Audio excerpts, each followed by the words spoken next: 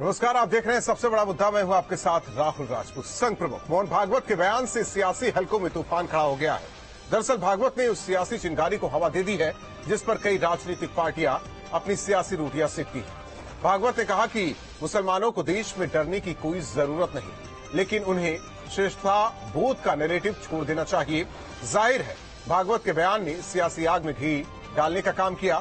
खुद को मुसलमानों के कथित रहनुमा मानने वाली पार्टियों के नेताओं का भड़कना स्वाभाविक था। वैसे भाईजान भी भड़क गए और भागवत से कई सवाल पूछ डाले। कांग्रेस और समाजवादी पार्टी भी पीछे नहीं रही, उन्होंने भी भागवत को कटघरे में खड़ा किया। ऐसे में सवाल उठता है कि भागवत का बयान सुरक्षित है मुसलमान? श्रेष्ठता पर संग्राम और विचारधारा पर सवाल क्यों? भागवत ज्ञान पर क्यों भड़के भाईजान? क्या भारत के मुसलमान डरे हुए हैं? मुसलमानों को भागवत की नसीहत क्यों? इन्हीं सवालों के साथ मेहमानों से चर्चा, लेकिन उससे पहले रिपोर्ट।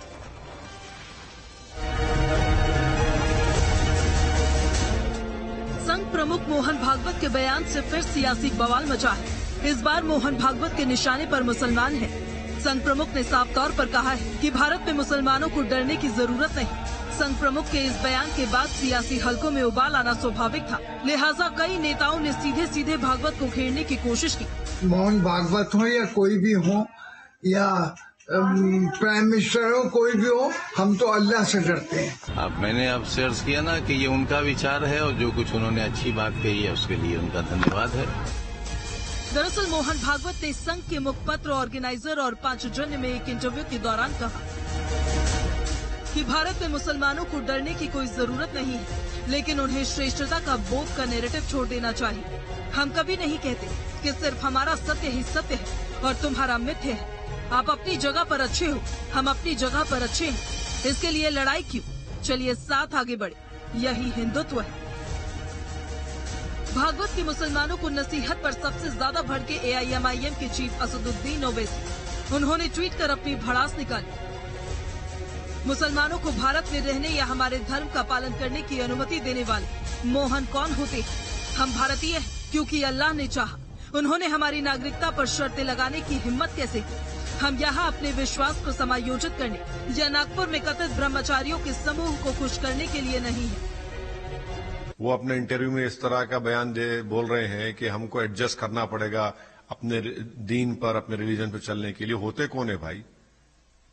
मैं अपने रिलीजन पर चलूंगा और हर कोई अपने अपने रिलीजन चलेगा। आप कौन होते? और आप बोल रहे हैं कि सुप्रीमेसी की बात हम कहां करते हैं? हम तो हमेशा इक्वालिटी की बात करते हैं, इक्वल राइट्स की बात करते आए हैं। वो अपनी आइडियोलॉजी को सबसे सुप्रीम समझते हैं। अल्पसंख्यकों को लेकर के संघ प्रमुख मोहन भागवत के बयान को लेकर के विपक्ष ने एक बार फिर हमला बोला है और खास तौर पे इस बयान का मतलब जानने की कोशिश की है कि आखिर संघ प्रमुख मोहन भागवत ने ये बयान दिया क्यों है और वो कहना क्या चाहते हैं। इस बात को लेकर के विपक्ष की अलग अलग प्रतिक्रियाएं आ रही हैं। मुसलमानों को लेकर सियासत करने वाली पार्टियों के लिए भागवत के बयान ने आग में घी का काम किया। AIMIM नेता ने तो संघ प्रमुख से सवाल पूछ डाला, वो मुसलमानों को समझा रहे हैं या धमका रहे हैं। वहीं कांग्रेस ने भी भागवत को अपनी सुपरमेसी छोड़ने की सलाह दे डाली। मुझे समझ में नहीं आ रहा है कि उन्होंने मुसलमानों को समझाया है या मुसलमानों को धमकाया है। मेरा उनको एक ही मशवरा है कि वो किसी के सुप्रीमेसी की बात ना करें और अपनी सुप्रीमेसी भी छोड़ दें। मुसलमानों को लेकर संघ के नजरिए और सियासत से हर कोई वाकिफ है, लेकिन इस बार मुसलमानों को डरने और डराने की बात ने कई सवाल खड़े कर दिए। सवाल ये है कि क्या भारत के मुसलमान डरे हुए हैं? आखिर भागवत ने सिर्फ मुसलमानों को लेकर ही ऐसा बयान क्यों दिया? Team news state. सबसे पहले मेहमानों का परिचय करवाते मोहम्मद फरहान जी, प्रवक्ता AIMIM, एडवोकेट कपिल श्रीवास्तव जी, प्रवक्ता समाजवादी पार्टी, दिनेश सिंह जी, नेता बीजेपी, राज नारायण, प्रवक्ता VSP। आप चारों मेहमानों का स्वागत है। दिनेश सिंह जी, आखिर इस बयान के मायने क्या है?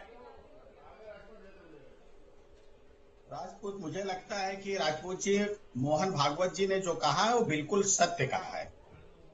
अगर आप देखें तो आहे बगाहे इस तरह की गाहे बगाहे बात सामने आती है और लोग इस तरह की चर्चा करते हैं और वही समाज के लोग, वही समाज के ठेकेदार इस तरह की चर्चा करते हैं। वो ये कहते हैं कि हिंदू समाज को नहीं भूलना चाहिए कि हमने इतने वर्षों तक राज किया है तो ये क्या संदेश देना चाहते हैं? आज मोहन भागवत जी ने तो सिर्फ ये कहा है, और अभी एक दल के नेता निकले हैं भारत जोड़ने पर। अभी कुछ दिन पहले उन्होंने संघ पर क्या कहा था, तो उन लोगों के लिए संदेश है। और हमारा धर्म, सनातन धर्म तो वसुधैव कुटुंबकम की बात करता है। अयम निज परोवेद गणना लघुचात के साम उदार चर्चा नाम तो वसुधैव कुटुंबकम। हम पूरे वसुधा को कुटुंब मानते हैं। और वही मोहन भागवत जी ने कहा है कि हमारे अकबर हमारे आइडियल नहीं हो सकते हैं ना, तो हमारे ये जो लोग आक्रमणकारी थे हमारे आइडियल नहीं हो सकते हैं। उन्होंने कहा कि मुसलमान भी इसी देश के हैं। अगर वो अपने पूर्वजों के खेमे में आना चाहते हैं, अगर उनको स्वीकार करना चाहते हैं, उनका भी स्वागत है, लेकिन उनको अपनी सुपरमेसी के भाव को छोड़ना होगा। इसमें उन्होंने क्या गलत कहा, और इसलिए कहा, आपने कहा इसकी आवश्यकता क्यों पड़ गई? यही कुछ लोग जो ठेकेदार बन रहे हैं, जिनके बयान भी आप दिखा रहे हैं, इन्हीं में से कुछ नेताओं को समय समय पर हिंदुस्तान से डर लगता है। तो उनको डरना नहीं चाहिए। अगर उनको डर लगता है तो ये जिम्मेदारी तो है ही समाज की कि कम से कम उनको बताए कि हिंदुस्तान में किसी को डरने की जरूरत नहीं है, और कभी भी सनातनी किसी को डराने का काम नहीं करते हैं। हिंदू धर्म किसी को डराता नहीं है, और कोई हिंदू धर्म में इस तरह से सुपरमेसी का भी भाव नहीं। इसलिए मुझे लगता है कि आज मोहन भागवत जी को कहना पड़ा, एक साक्षात्कार में उनको ये कहना पड़ा जब उनसे सवाल पूछा। फरहान जी, अब किसी को बात बुरी लगे तो ठीक है, समझ की बात है, फरहान जी को बुरे लगेगी ये बात। फरहान जी, जी राहुल भाई, दिनेश सिंह जी बोल रहे हैं कि सही कहा, उन्होंने उसके पीछे कारण भी गिना दिए। ये राहुल भाई, हाँ देखिए, मोहन भागवत जी और आरएसएस की और भारतीय जनता पार्टी की एक सोच है, एक विचारधारा है कि इस देश को हिंदू राष्ट्र बनाया जाए, और इसी पर काम करते चले आ रहे हैं। और ये लोग जिन्ना को आइडियल मानते हैं। जिस तरीके से जिन्ना ने इस देश का विभाजन कराया और नया पाकिस्तान बनाया, तो उसी तरीके से ये इस देश में हिंदू और मुसलमान की राजनीति को पार्टीशन में करना चाहते हैं। मगर इन्हें ये नहीं पता कि इस देश में धर्मनिरपेक्षता है, इस देश में लोकतंत्र है, इस देश में समाजवाद है, तब ये एक देश मजबूत बना है। मगर ये इस तरह के बयान देकर कि मुसलमान को यहाँ कोई खतरा नहीं है या इस्लाम यहाँ खतरे में नहीं है, आप कौन होते हैं? हमने आपसे पूछा कि हम खतरे में हैं कि नहीं हैं? अरे हम इतना जानते हैं कि इस देश के जितना हमारा अधिकार है उतना आपका भी अधिकार, आप भी इस देश में आराम से रहिए, हमें भी आराम से रहने दीजिए। मगर आप तो मुसलमानों को हर मुद्दे पर टारगेट करना है, क्योंकि आप हिंदू राष्ट्र बनाने का जो आपने सपना देखा साकार करना है। आपको बाबा साहब के लिखे हुए संविधान को हटाकर अपने आरएसएस के विधान को लागू करना है। इस देश में राष्ट्र ध्वज को मिटा करके केसरिया झंडे को आपको राष्ट्र का ध्वज बनाना है। तो इस रणनीति पर कभी कामयाब नहीं हो पाएंगे। ये सपना ही रह जाएगा। चंद्रबरदाई के सपने पर काम किया जा रहा है। अगर राष्ट्र की अखंडता, राष्ट्र की मजबूती पर अगर काम किया जाता तो देश में बहुत तेजी से विकास होता और अपना देश विकसित देश के रूप में लिस्ट में शामिल होता। राजनारायण जी, देखिए, सबका अलग अलग मत है। बीजेपी सपोर्ट कर रही है आरएसएस प्रमुख के बयान को लेकर। एआईएमआईएम के प्रवक्ता क्या कह रहे हैं वो आप सुन रहे हैं। सवाल इस बात को लेकर है कि अगर हम मोहन भागवत के बयान को देखें तो पिछले दिनों जिस तरीके से बयानबाजी हुई, अब तो डर लगता है हिंदुस्तान में। अगर उस पर उन्होंने कहा तो क्या गलत और क्या सही? और जो प्रवक्ता एआईएमआईएम के कह रहे हैं कि इस देश को भगवा रंग में रंगने की कोशिश है, सभी को हिंदू बनाने की कोशिश है, क्या उनका संदर्भ गलत है? देखिए, पूजनीय सरसंचालक जी ने तो बिल्कुल गलत नहीं कहा। हम तो ये मानते हैं कि भारत का मुसलमान बिल्कुल डरा हुआ नहीं है। आज भारत का मुसलमान डरा हुआ अवश्य था। जो भारत का हिंदू, जो मोहम्मद बिन कासिम 7वीं शताब्दी में जिस प्रकार से अरबी आक्रांता, मुगलों आक्रांताओं से डर करके जिन हिंदुओं ने धर्मांतरण किया और मुसलमान बने, तब अवश्य वो लोग डरे हुए थे। और उन्हीं की आज पीढ़ी है। भारत और भारत के उपमहाद्वीप में बसने वाला हर मुसलमान के पूर्वज तो हिंदू ही थे। तो डरे तो तब थे, आज कौन डरा हुआ है? आज कौन उनको डरा रहा है? हम तो यही चाहते हैं कि माने कि वे अरबी नहीं है, अरब से आए हुए आके बसे नहीं है। पूर्वज कौन थे? अगर ये जान लेंगे और ये मान लेंगे और इस मिथ्या, इस झूठ से निकलेंगे कि हमने हिंदुओं पर 800 साल राज किया, तो ये मजाक से बाहर निकलने चाहिए। इनको ये समझ नहीं आता, इनको ये समझ में आना चाहिए भारत में अगर किसी ने आक्रांताओं ने अगर यहाँ पर राज भी कुछ समय किया तो मुगल थे, तुर्क थे, मंगोल थे, न कि भारतीय मुसलमान जिनके पूर्वज हिंदू थे। तो इस झूठ से निकले और सत्य वास्तविकता में जिएंगे तो इनको डर नहीं लगेगा। इनको ये मानना पड़ेगा कि इनके पूर्वज यही इसी भूमि, इसी मिट्टी के लोग थे, यही के हिंदू थे जो धर्मांतर डरे थे और डर के इस्लाम कबूल किया था। तो आज का मुसलमान को कोई डरने की आवश्यकता नहीं है। वही परम पूज्य सर संजय जी का तो क्या गलत किया उन्होंने, कोई गलत बात नहीं कही है। समाजवादी पार्टी कैसे देखती है कपिल श्रीवास्तव जी? राहुल भाई, इसमें दो बातें जी। एक तो ये कि मोहन भागवत जी ने आत्म साक्षात्कार करने में 75 वर्ष से ऊपर लगा दिए। अमृतोत्सव में उन्हें ये बात याद आई, उसके लिए उनको धन्यवाद। लेकिन दूसरा प्रश्न इस बात का है कि मोहन भागवत जी सरकार कब से बन गए कि वो किसी चीज की गारंटी देने लगे जो सरकार को देनी चाहिए। और ये किसने उनके कान में जाके कहा कि कौन डरा हुआ है? डरने की आवश्यकता नहीं। ठीक, अगर किसी ने कान में कहा था तो उसके पास एक चिट्ठी लिख लेते। एक आदमी, दो आदमी, चार आदमी, 10 आदमी अगर किसी बात को कहें तो वो पूरे भारतवर्ष पर लागू नहीं होती। और मैं तो एक बात कहता हूं, पहले जिन विचारकों के ऊपर संघ की स्थापना हुई है उन्होंने तो बंच ऑफ थॉट लिखी है। और जो लोग सबका साथ, सबका विकास, सबका विश्वास की बात करते हैं वो राजनीतिक रूप से अपनी पार्टी के अंदर एक टिकट नहीं दे पाते हैं। तो प्रश्न इस बात का खड़ा होता। अब मैं दूसरी बात कहता हूं, दिनेश भाई ने हमारी बड़ी अच्छी बात की और श्लोक में उन्होंने बड़ी अच्छी बातें सुनाई भी। लेकिन अंत क्या कर दिया? अंत तो आपने ये कर दिया दिनेश जी कि सुपरमेसी आप बता रहे हैं और उसको आपने डिफाइन किया। जिस सुपरमेसी की बात मोहन भागवत जी ने की उसको आपने डिफाइन किया, निर्वचन किया। तो भारतीय मुसलमान को आप आक्रांताओं से क्यों जोड़ते? और मैं दूसरी बात कहता हूं कि राजतंत्र में तो ये दोनों राजा का जब तंत्र हुआ करता था उसको आप लोकतंत्र से क्यों जोड़ते? तो इसको तो आप अगर जोड़ते हैं तो आप अपने इतिहास में अपने उन कुकृत्यों पर ध्यान देते हैं जिसमें आप आपस में लड़ते रहे और दूसरे लोग फायदा उठाते रहे, और जिनकी हड्डियां भी इसी धरती में समाहित हो गई उन पर आक्रांताओं का प्रश्न चिन्ह खड़ा करते हैं। और बाकी चीन के साथ जाकर के, बाकी आप इंग्लैंड के साथ जाकर के धरती का चुमावन करते हैं। जिन्होंने आपके अंदर कॉलोनीज बना दी, वर्षों सैकड़ों साल राज किया और जिस तरीके से बर्बरता बरपाई, उनकी हड्डियां भी यहां नहीं गली और भारत देश का सोना से लेके पैसा तक विदेशों में गया। तो ये आपका कहना उचित नहीं है। इसलिए मैं आप पर एक बड़ा भारी प्रश्न खड़ा कर रहा हूं कि सबका साथ, सबका विकास, सबका विश्वास कहने वाले लोग और आरएसएस के प्रमुख साहब को एक निवेदन करना चाहते हैं कि आप वाकई अगर सर्व धर्म सर्वभाव की बात कर रहे हैं, सुपरमेसी ना होने की बात कर रहे हैं, तो राष्ट्रीय स्वयं सेवक संघ में कोई अपना अध्यक्ष आप मुसलमान बना लीजिए या ओबीसी और एससी बना लीजिए। दिनेश जी, सवाल आपसे है, सवाल आपसे है। बिल्कुल बिल्कुल। असल में क्या है, देखिए 2-3 सवाल इन्होंने पूछा। कपिल जी ने कहा कि किसने कहा उनसे जाकर कि डरा हुआ है। अरे यही कांग्रेस पार्टी और समाजवादी पार्टी के नेता डेली कह रहे हैं, डेली उनको डरा रहे हैं।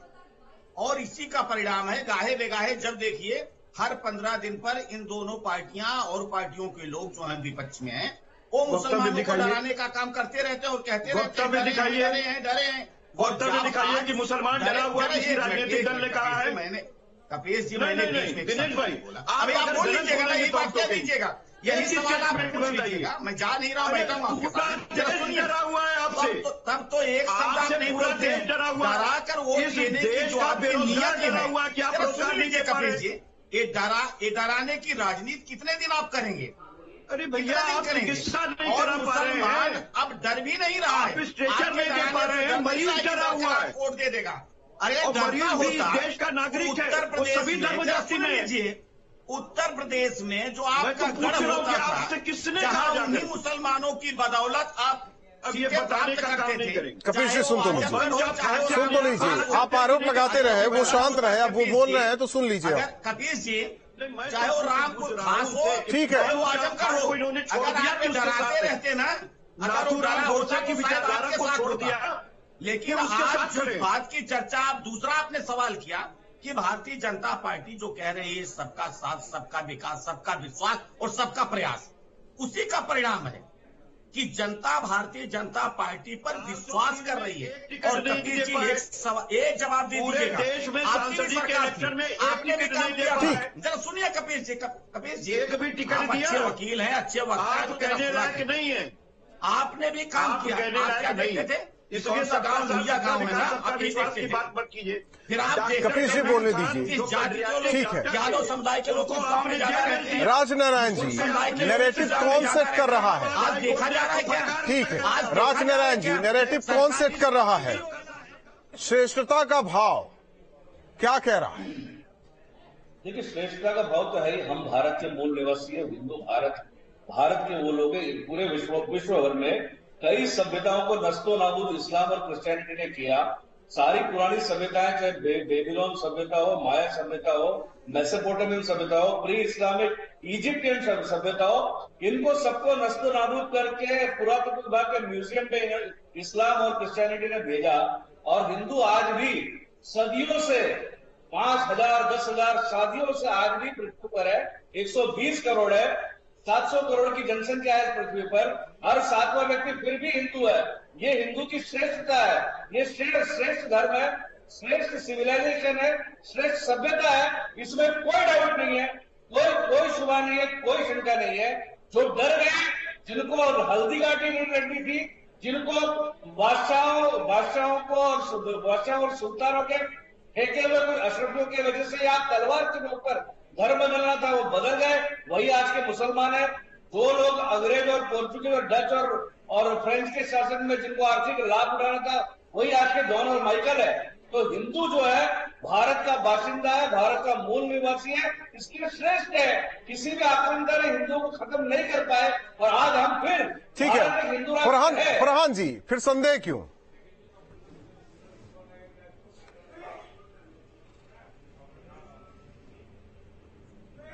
देखिए, संदेह हमेशा रहेगा। भारतीय जनता पार्टी सिर्फ हिंदुत्व की राजनीति करती है, वो राष्ट्र की अखंडता, एकता, उसके सौहार्द की राजनीति नहीं करती है। जो आरएसएस की रणनीति है, जो प्लानिंग है फ्यूचर में, वो हिंदू राष्ट्र बनाने की है। मगर उन्हें ये बात जान लेना चाहिए कि इस मुल्क में हर धर्म के लोग हैं, हर धर्म की भाषाएं हैं, हर तरह की भाषाएं हैं। अरे मेरे भाई, जिन्नावादी विचारधारा के व्यक्ति चुप हो जाइए, मैं इतनी देर से सुन रहा था आपको। चुप हो जाइए। जिन्नाधारी विचारधारा के व्यक्ति चुप हो जाइए। राहुल भाई, हम इन्हीं को सुन लें। चलिए भाई, बोलिए, आप सुन लेते हैं आप ही को। फरहान जी बोलिए। देश को तोड़ा किसने? देश को जिन्ना और अलामा इकबाल ने तोड़ा। यूपी के मुसलमान, बिहार के मुसलमान और केरल के देखिए, इनके अंदर सुनने की क्षमता नहीं है। इनके अंदर सुनने की अगर क्षमता होती तो ये सुनते हैं। जिन्ना की मजार पे जाकर चादर चढ़ाते हैं, इसीलिए जिन्ना की आइडियोलॉजी इनके दिल और दिमाग में घुस गई। हमको लगता है कि जिन्ना का जो भूत है वो मोहन भागवत जी के अंदर जाके घुस गया है। जिन्ना का भूत मोहन भागवत जी के अंदर जाके घुस गया है। हमको लगता है कि अब मोहन भागवत जो बोल रहे हैं वो जिन्ना की जबान बोल रहे हैं। जिन्ना की जबान बोल रहे हैं मोहन भागवत जी। मोहन भागवत जी खुद नहीं बोल रहे हैं। मोहन भागवत जी जिन्ना की जबान बोल रहे हैं। फरहान जी, आप अपनी बातें पूरी कर लीजिए, ठीक है? जाके उनके अंदर बात पूरी। अखंड भारत की नहीं, देश तोड़ने की बात कर रहे हैं। देखिए, ऐसा है, आज आरएसएस है, कल नहीं होगी। आज आरएसएस है, कल नहीं होगी। भारतीय जनता पार्टी का आज चरम है, कल नहीं होगा। मगर मुसलमान हिंदुस्तान में है और आगे भी रहेगा। मुसलमान किसी से डरा हुआ नहीं और न किसी की हैसियत है मुसलमानों को डराने की। मुसलमान कल भी था, आज भी है और आगे भी इंशाअल्लाह मजबूती से इसी हिंदुस्तान में रहेगा और मरने के बाद कब्र के अंदर रहेगा। जब तक कयामत नहीं आएगी तब तक हिंदुस्तान नहीं छोड़ेगा। मगर आप तो मरने के बाद कहां चले जाते हो? वैकुंठ जाते हो। हिंदुस्तान में थोड़ी नहीं टिकते हो। हम तो हिंदुस्तान में आराम से लेटे रहते हैं मरने के बाद भी। क्या बात करते हो? डराने और धमकाने की, हम तुम्हारी बात को सीरियस नहीं लेते। राजनारायण जी, देखिए, यही बोल बोल करके यही इसी प्रकार की अलग अलग बातें इन्होंने की।